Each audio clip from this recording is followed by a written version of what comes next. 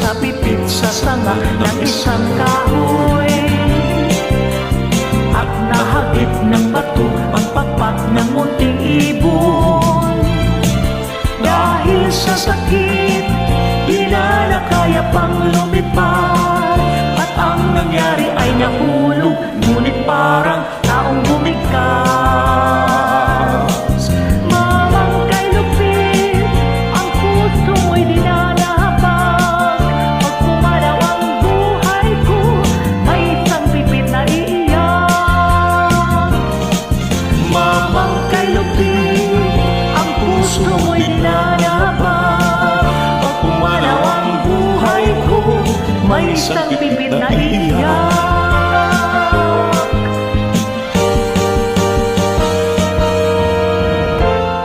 Thank you. Thank you.